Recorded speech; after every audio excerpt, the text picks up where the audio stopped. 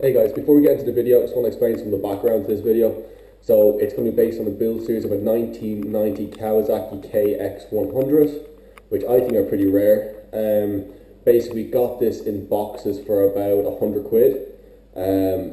So we've never done something like this before, so it's going to be a step-by-step guide, well, as much as what we know, step-by-step guide to basically bring this bike from boxes to finished product. We're hoping to do a full restoration as much as we can possibly do, and of course it's going to be a bit of a challenge. The guy we bought the bike off was absolutely lovely. All he wanted was the bike to be put back together, so we got it for an absolute steal. We have a couple of clips from when we actually got the bike, but basically it was so dark when we were filming. It was a long day. It was almost, I think it was a 5-hour drive between getting there and back, so I'll throw some of them out throughout the video. But the next part of this video you're going to see is me out in the garage and where I've started with the bike. The frame's been painted, I've got the engine out, a couple of the boxes unloaded, so I'll see you there. You can see this panel here. Here's one of the panels off the 1990 Kawasaki KX. This is the carbon fibre one that I've just recently done. Here is the old one. Hopefully the lighting's okay in here. Here's the old one I had. So as you can see, it was pretty messed up. Now this one's going to be much more difficult because as you can see there is a big kind of chunk out the side of that. And yes, you've already seen it. Here is the frame. So I've just after getting this guy kind of finished up. It does need to be glossed still, but that's it. She's looking really, really well. Took some amount of time to get it to where it is, but you know, we're getting there. And I'm more than sure I just knocked something down, didn't I? Yeah, I did. So I did have, here's the handlebars up here as well. They've been freshly painted, but I definitely dropped the centerpiece out of the handlebar when I opened that door, so that's not good. Here's the exhaust. It's been painted up, needs an extra coat or two. That's been painted up, and as you can see, there are the actual front suspension, the front forks off of it. I had to rebuild these. I had to get a second set off a different bike that would fit into the yokes at the top. But they came out pretty well. I polished up all these guys as well. I'll leave a picture as well for you to see the difference. It didn't take that long. It was, you know, going from a really high grit or low grit to high grit, and then a lot of peak polish. Polish is this. Amazing stuff. Pretty good. But you kind of, for this kind of stuff, you do need to use sandpaper as well, just to get it to where it needs to be. And under here, here's the pride and joy. That's the engine. Now, there's a few clips of this from before which I'll throw in as well for when we actually got the bike. But everything's pretty clean, I have to say. There's the top of the head.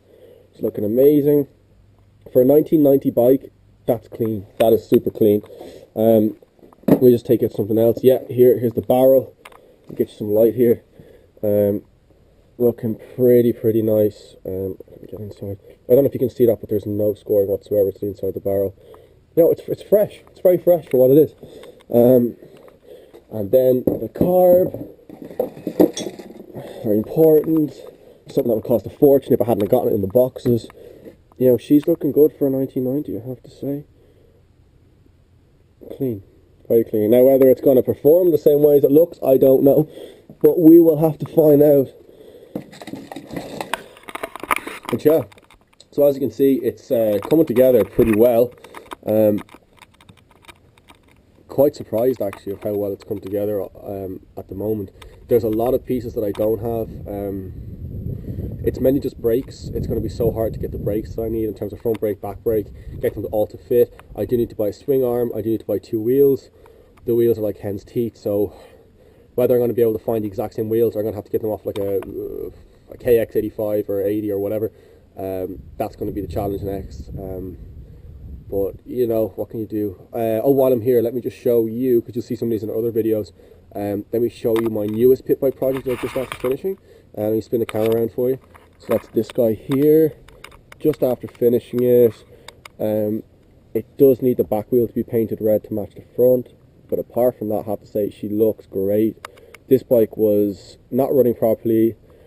It was completely rusted top and bottom. I painted obviously the front wheel red, the back wheel's going to be red as well. It's prepped for paint.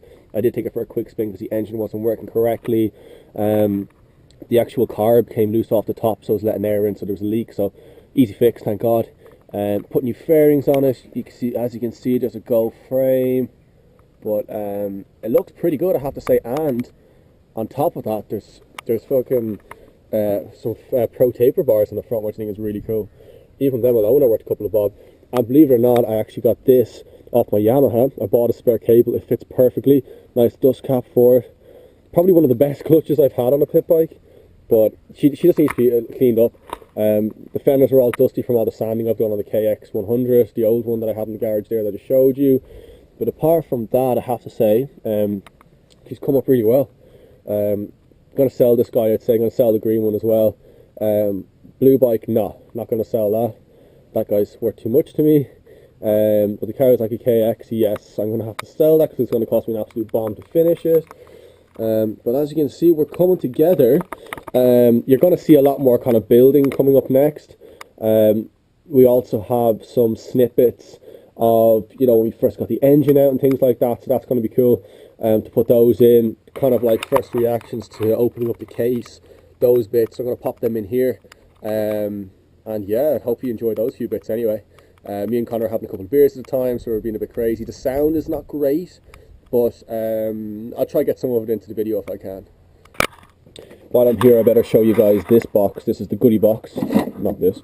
But this is what came with the bike. This is pretty much everything else that you haven't seen already. Air filter box in reasonably good condition considering. I got an air filter from in there. Rear swing arm is not going to be used. As you can see, there's corrosion all over it. So unfortunately, it's not going to be used at all. Which is disappointing. Not that expensive to replace, but trying to keep everything original is one thing. Get rid of that. It's not going to be used. The rod, I haven't put water through this yet, so I don't know if it's usable or not. But all the pipes and hoses are, so that's a benefit because they would be impossible to find, and I want it to be as original as possible. What else do we have in here? We've got the master cylinder for the back. Rear foot peg that has something welded to it that I smashed off. You've got the front radiator scoop, which is in okay condition considering its age. A bag of miscellaneous parts. Connor had some fun taking these guys out. I don't know why he got excited over these, but he did. We got the front brake here. I reckon this is unusable. I have to take it apart. As you can see, all the holes for the screws are absolutely mangled. We'll have to see if that's possible to bring back from the grave. There is the part of the handlebar that dropped from the ceiling, which is now all scuffed, which is going to have to get an extra layer of paint. We've got some brake lines going through here. We've also got this unit, which is going to connect onto the rear shock. I just lost part of it. And this, Connor took quite a surprising love to this when we first opened it. You were definitely going to see this next in the next clip.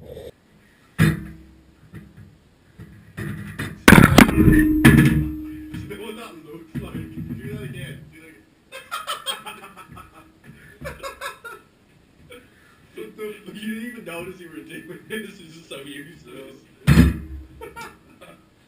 God. Okay, wait, I'll forgive you. Put that down. And then we've got our front brake, which I don't think is going to fit, unfortunately, because I bought different front forks for this guy. I didn't think about it when I bought it, but I don't think this brake's going to fit now, so I don't know if I'm going to have to replace all the forks, or if I'm going to change the brake. I really don't know. It's kind of unknown territory for me, so I don't know just yet.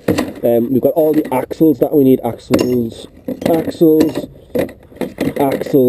pretty much all that, and some really old school front handguards, which I don't know if these are off this bike. I don't know if somebody could tell me in the comments, but they are pretty old school. The colour is pretty cool as well, but I don't know if that's off the Kawasaki or not, but it just doesn't look like it should be. But let me know. The rear sprocket, which probably might be used depending on what wheels I end up getting, which, as you know, is kind of for uncertain right now. But that's the Goodie Box. So I don't know how much of goodies it is or isn't. A lot of the parts might not be usable, but it's nice to have all the original parts, and the majority of them are there.